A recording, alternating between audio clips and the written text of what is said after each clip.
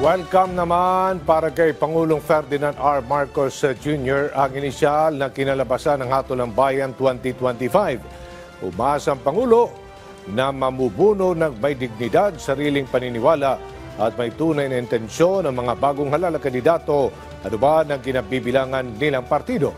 Si Kenneth Pasyente sa sentro ng balita, live.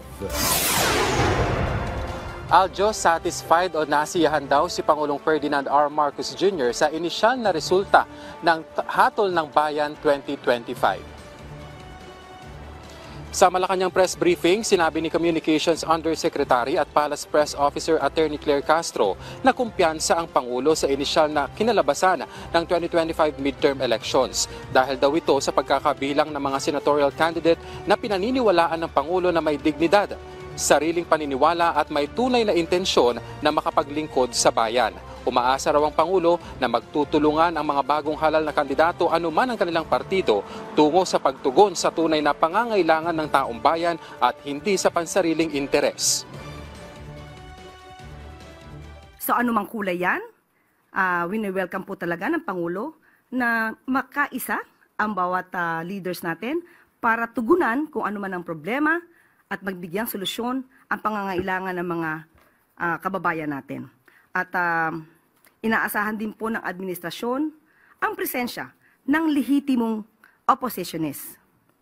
Pero lalabanan po ang mga obstructionist na nagtatago sa pangalan ng oppositionist. Mga obstructionist na maaaring pansarili lamang ang kanilang ilalaban.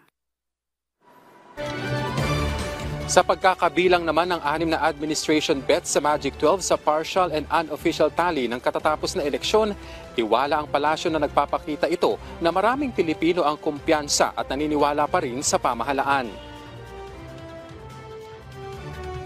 Naniniwala pa rin po ang Pangulo na malaki pa rin po ang suporta ng taong bayan sa administrasyon sa ngayon. Tandaan po natin ang kahuli-hulihan pong survey ay nagpapakita po na mataas na trust rating po ng Pangulo. Sa tanong kung naniniwala ba ang palasyo na mabibigyang daan pa ang impeachment laban kay VP Sara kasunod ng resulta ng senatorial race, tugon ng palasyo, hindi naman kailanman ito iminungkahi ng Pangulo.